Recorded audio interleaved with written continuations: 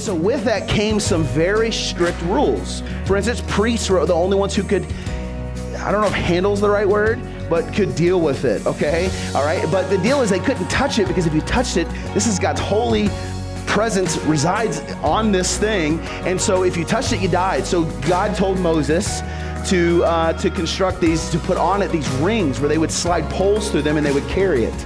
And the cool thing is they would actually take this to battle, okay?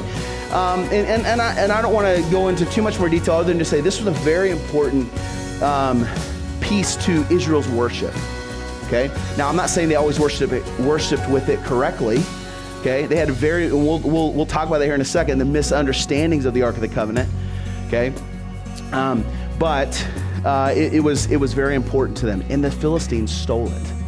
And what's interesting is, do you think the Philistines would have learned this?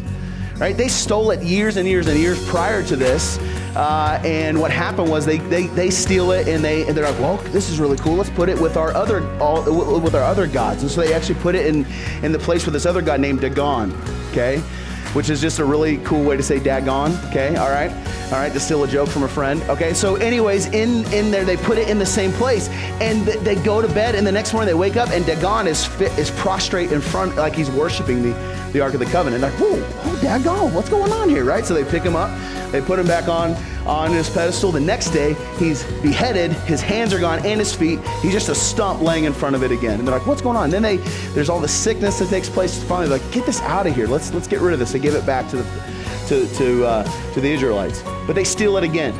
Okay, so we're going to actually, here's the thing, we are going to go through this story that is found in 2 Samuel that really goes right along with Psalm chapter 30.